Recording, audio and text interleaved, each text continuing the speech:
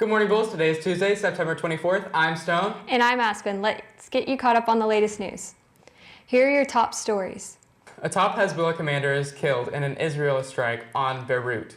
A Kentucky sheriff is charged in a killing of a judge at a courthouse. And in better news, an international coastal cleanup happened over the weekend to help clean the Suncoast clean. Now let's look at the stories on campus. The homecoming dance is this Saturday. The homecoming dance is just days away. It starts at 7 p.m. and ends at 10:30 p.m. If you're attending homecoming, please bring your student ID with you. You'll not be admitted without an ID.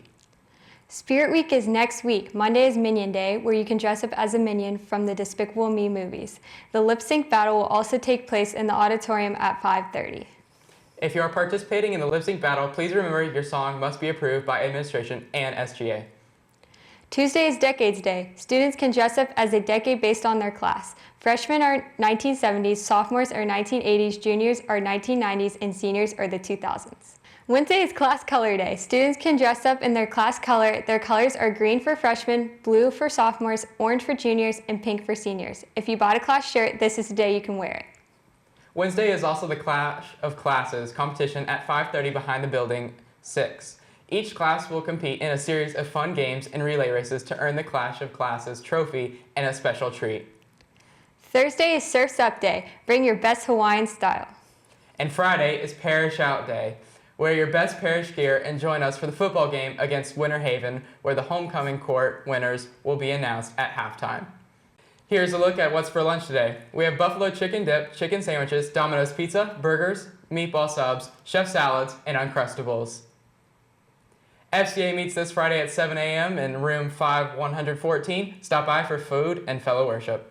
Now let's head over to Brooklyn in the Sports Corner.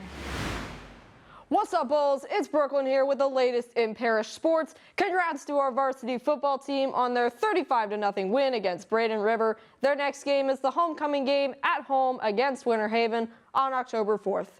The girls golf team brings home the Crutchfield Hawkins Internet Invitational Trophy.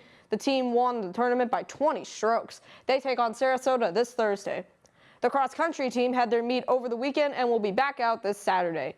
And the volleyball team has a game tonight. Make sure to get the GoFan app and come on out to cheer on the Bulls. That's all for sports. Now back to you guys at the desk. Thanks, Brooklyn. Fun fact, did you know that more than 1.5 billion golf balls are lost every year? True fact. Now let's head over to Jacob with our weather.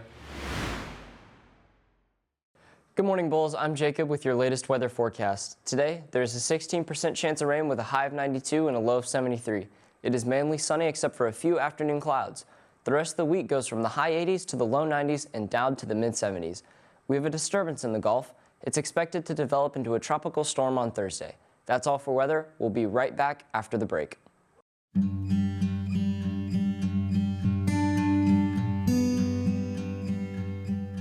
Good morning. This week is National Suicide Prevention Week, and each day we will provide information to bring awareness to the suicide epidemic so that we know how to support someone experiencing a crisis. Today we will introduce you to James Malkovich from the Resiliency Center of Minnesota. James will share a message of how he and his family were impacted by suicide. The story with my son Dylan Malkovich is, shortly after his 16th birthday, he committed suicide. He was a student athlete and a 10th grader at the time at Lake Ranch High School. I just felt called to, try to help other kids perhaps having mental health issues or prevent someone else from committing suicide. Sports played a big part in Dylan's life, but he also had good friends, was lucky enough that girls liked him, and he never missed a chance to live in the moment and have fun. Dylan also had two parents that loved him more than anything in the world, but he still felt an insurmountable pressure that led him to take his own life. If he could feel that type of pressure, anyone can. Dylan wasn't only a normal teenage boy or a student athlete. He was also a son, a brother, a friend, and an awesome kid. If he had reached out for help or talked with someone about how he felt instead of giving in to something that probably felt insurmountable at the time, he'd still be here with us today. Some signs of depression or warning signs of suicide include talking without wanting